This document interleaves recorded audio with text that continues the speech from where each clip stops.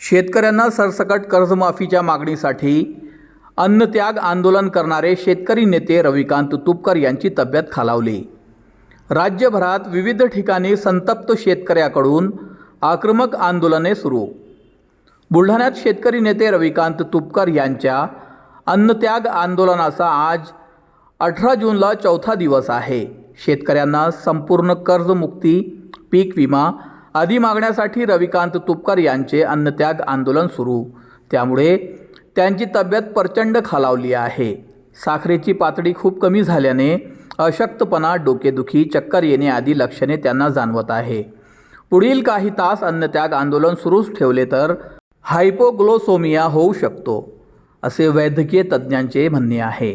दरम्यान तुपकर यांची प्रकृती खालावत चालल्याने शेतकरी आंदोलक आक्रमक होत आहेत। वाशिममध्ये अकोला हैदराबाद राष्ट्रीय महामार्गावर टायर जाळून शेतकऱ्यांनी निदर्शने केली। दुसरीकडे जामनेर तालुक्यातील फत्तेपूर येथे आंदोलकांनी महाराष्ट्र शासनाची टाटा सुमो गाडी पेटवून दिल्याचा व्हिडिओ व्हायरल होत आहे। वाशिममध्ये महावितरणच्या कार्यालयासमोर देखील आग लावण्याचा प्रयत्न करण्यात आला। मेहकर आणि हिवराआश्रम येथे तलाठी कार्यालय पेटवून देण्याचा प्रयत्न अज्ञात आंदोलकांकडून करण्यात आला। यामुळे एकच खळबळ उडाली आहे। राज्य शासनाने अद्यापपर्यंत तुपकर यांच्या अन्नत्याग आंदोलनाची दखल न घेतल्याने राज्यातील विविध ठिकाणी शेतकऱ्यांच्या भावनांचा उद्रेक पाहायला मिळत आहे।